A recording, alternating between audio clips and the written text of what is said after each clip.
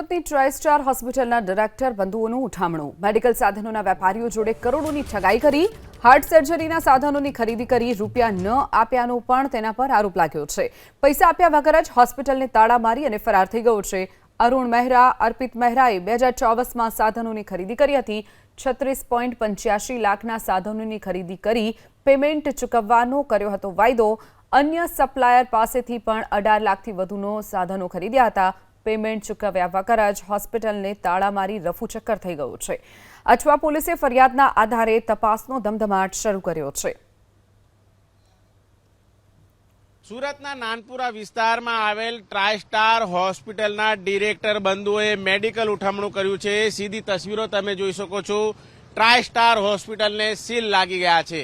જે પ્રમાણે માહિતી મળી રહી છે તે મુજબ અત્યારે હાલ લાખોનું જે મેડિકલ ઇન્સ્ટ્રુમેન્ટ ખરીદી કરીને જે ડિરેક્ટર બંધુઓ છે ફરાર થઈ ચૂક્યા છે। ત્યારે આ તમામ ડિરેક્ટર બંધુઓ છે અર્પિત મહેરા જે મુંબઈ ખાતે રહે છે, એની સાથે સાથે અરુણ મહેરા એ પણ મુંબઈ ખાતે રહે છે, અને એની સાથે રોમા અરુણ મહેરા અને સંતોષરા પ્રેમચંદ મહેરા એમના વિરુદ્ધ છે એ છેતરપિંડીની ફરિયાદ નોંધવામાં આવી છે।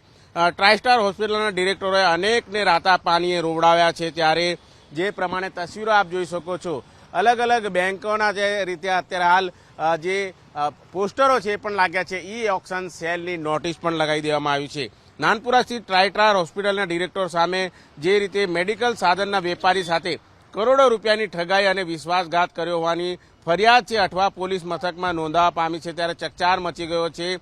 હોસ્પિટલમાં વપરાતા હાર્ટ સર્જરીના મોંઘા સાધનો ખરીદી અને તેનું ચૂકવણી કર્યા વિના હોસ્પિટલને તાળા મારીને જે ઉઠમણું કરનાર ડિરેક્ટરો છે, બંધુઓ છે, તેઓ અત્યારે હાલ ફરાર થઈ ચૂક્યા છે।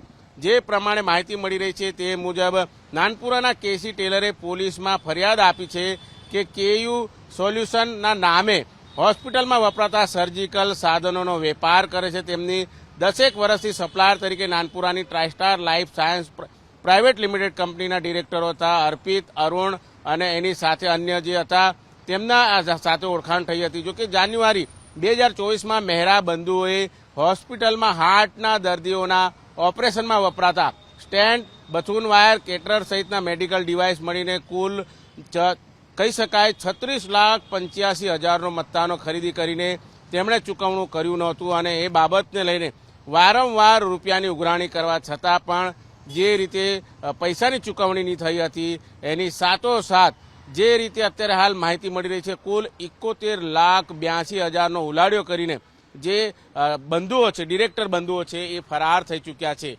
નોટિસ પણ લાગી ચૂકી છે અને અન્ય કેટલાક ભોપાળાઓ છે એ પણ સામે આવવાની શક્યતાઓ હાલ જોવાઈ રહી છે। કેમેરામેન રાકેશ પાનવાલા સાથે ધનરાજ બાગલે, એબીપી અસ્મિતા, સુરત।